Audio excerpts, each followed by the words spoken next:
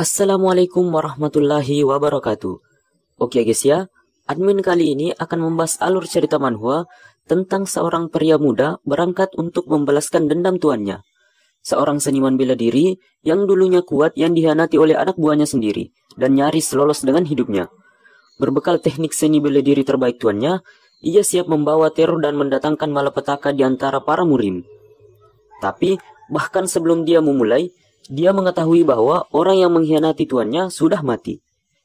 Nah, langsung saja kita ke alur ceritanya.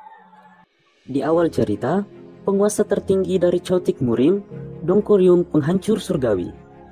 Dia dan pengikutnya mengitari seluruh Murim, dan suatu ketika menguasai sebagian besar wilayah di kawasan tersebut. Tapi untuk suatu alasan yang tidak diketahui, sang penghancur surgawi tiba-tiba menghilang. Dan tanpa pemimpin mereka, para pengikutnya pun terbagi dan tersebar selama beberapa tahun. Dan waktu berlalu. Begitulah bagaimana cerita itu diketahui. Kemudian, Dongkoryong berkata, "Tapi semua itu jelas-jelas kebohongan. Mereka mengkhianatiku. Hyolbi, Guiyong, Maksapyong, Hwansa. Mereka semua bersumpah atas hidup mereka untuk melayaniku. Tapi mereka merencanakan pembunuhanku." Dengan wajah tampak serius, Dongkoryong berkata, "Tapi tak akan pernah terbayangkan dalam mimpi buruk mereka bahwa aku Dongkoryong masih hidup. Tunggu saja, kalian pengkhianat." Dongkoryong yang menceritakan kisahnya kepada muridnya Gangryong berkata, "Kau yang sudah belajar semua yang kuajarkan, harus membunuh setiap pengkhianat keparat itu sampai habis, dan balaskan dendam gurumu."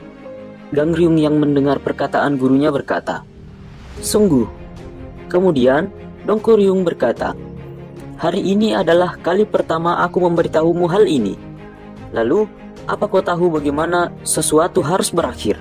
Seketika Gangryong berkata, "Ayolah guru, ini bukan yang pertama kalinya. Aku sudah mendengar ribuan kali. Hari ini saja, kau sudah mengulanginya lebih dari 12 kali. Dongkoryong yang mendengar perkataan itu berkata, "Oh ya, benarkah? Baiklah, anggap saja begitu. Apa yang kamu lakukan setelah kau membalaskan dendam gurumu?" Gangryong menjawab, "Aku akan membuka sebuah bisnis pengait besar, dan aku akan makan pengait besar setiap harinya." Mendengar perkataan itu, Dongkoryong memperlihatkan pedangnya. Seketika saja, Gangryong dengan wajah panik berkata, "Itu hal yang dilakukan seorang pengecut. Tapi aku akan mengembalikan apa yang dimiliki penghancur surgawi ke kejayaan sebelumnya, dan membinasakan Murim." Kemudian Dongkoryong berkata, "Aku telah mengajarkanmu semuanya tentang 12 jurus penghancur surgawi. Terakhir, aku harus memberitahumu tentang sesuatu yang aku simpan darimu selama ini. Aku tidak akan memberitahumu 2 kali. Jadi dengarkan baik-baik. Penguasa tertinggi dari Chotik Murim, Dongkoryong penghancur surgawi. Dia dan pengikutnya, tiba-tiba, tak lama setelah itu, guruku meninggal." Kemudian Gangryong dengan beberapa pedang yang ia bawa berkata, "Aku segera menuju ke kerajaan tengah untuk melaksanakan permintaannya. Hyolbi, Guiyong, Maksapyong, Hwansa. Aku Gangryong akan membunuhmu dengan segala cara untuk membalaskan dendam guruku dan menenangkan jiwanya yang marah." Tiba-tiba seorang pelayan meletakkan makanan di atas meja dan berkata, "Orang-orang yang baru saja kau bicarakan, Hyolbi, Guiyong, Maksapyong, Hwansa, mereka dikenal dengan 4 raja penghancur surgawi dulunya, bukan? Mereka sudah meninggal bertahun-tahun yang lalu, tak lama setelah penghancur surgawi hilang. Mereka saling bertarung untuk menjadi pemimpin baru di wilayahnya dan saling membunuh. Wilayah penghancur surgawi pun juga terpecah belah. Itu terjadi sebelum aku lahir. Tapi kejadian itu sangat terkenal sampai semua orang di Ganghou masih mengetahuinya. Kau membawa pedang, tapi kau bahkan tidak tahu. Kau pasti berlatih di gua selama bertahun-tahun atau sejenisnya." Mendengar perkataan tersebut, Gangryong langsung terkejut dan kebingungan. Para bajingan itu telah mati. Lalu apa yang terjadi sekarang? Bagaimana dengan membalaskan dendam guruku? Bagaimana dengan kisah pahlawanku? Kemudian, 1 tahun berlalu. Di suatu tempat, seorang kriminal yang telah dibebaskan dari penjara. Ia adalah Wu Yin, seorang pendekar pedang. Saat ia keluar dari penjara, petugas bertanya kepada Wu Yin, "Apakah kamu punya rencana kemana akan pergi? Karena kamu adalah pendekar yang memiliki keahlian yang bagus, aku bisa merekomendasikanmu menjadi bodyguard di keluarga kaya. Apa kamu berminat?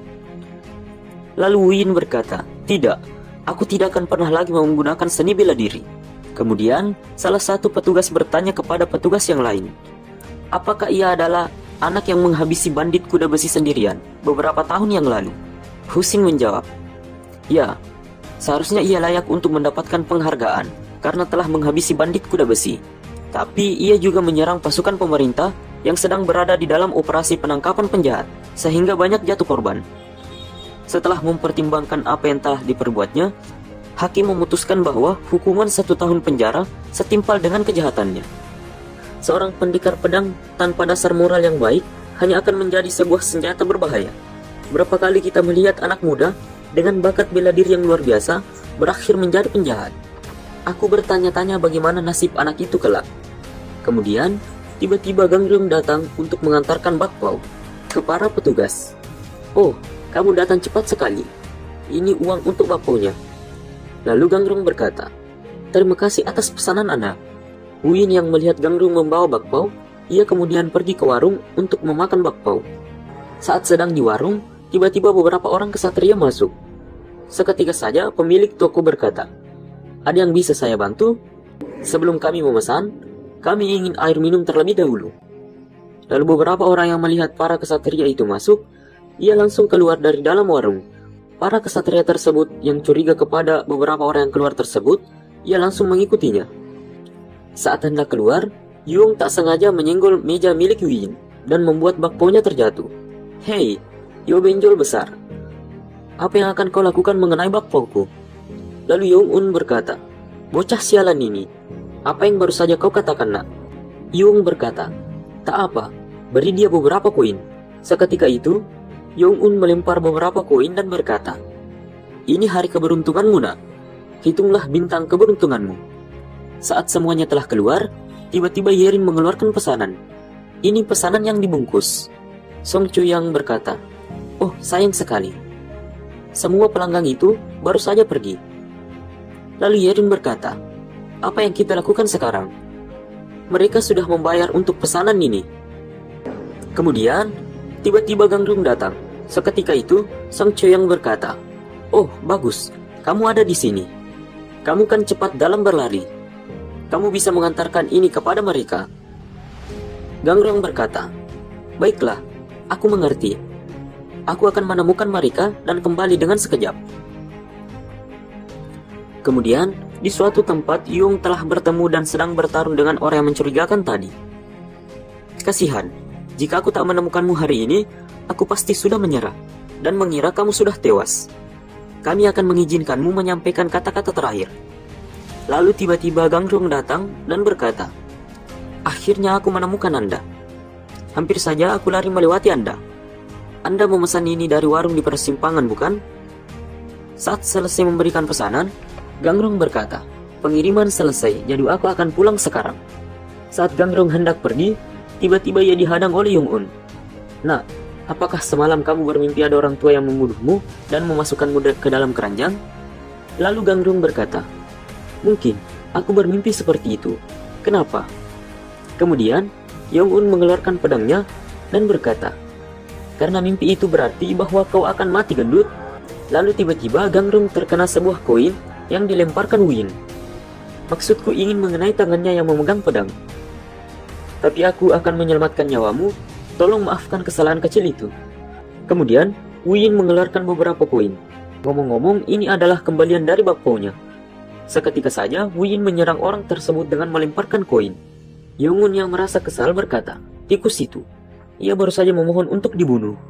Lalu Yung berkata, nampaknya dia cukup tangguh untuk Yung-un. Tak perlu membuang waktu di sini. Aku sendiri yang akan mengurusnya. Lalu Wuyin berkata, aku tak pernah terpikir bahwa aku akan melanggar sumpahku hanya dalam waktu kurang lebih dari setengah hari. Tapi ini benar-benar akan menjadi yang terakhir. Tak usah bergiliran. Langsung saja kalian semua menyerang sekaligus. Seketika saja, Wuyin menyiku dan menyerang Yuan dan membuatnya mengeluarkan darah dari mulutnya. Selanjutnya, ucap Wuyin. Kemudian, Yuan bangkit kembali dan memegang kepala Wuyin. Tidak terlalu buruk. Pernah dengar tentang pendekar kuat dari Hadong yang dikatakan telah mencapai tingkatan tubuh berlian?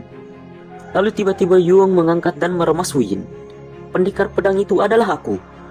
Seketika itu juga, Wu Yin langsung tak sadarkan diri. Sungguh bodoh.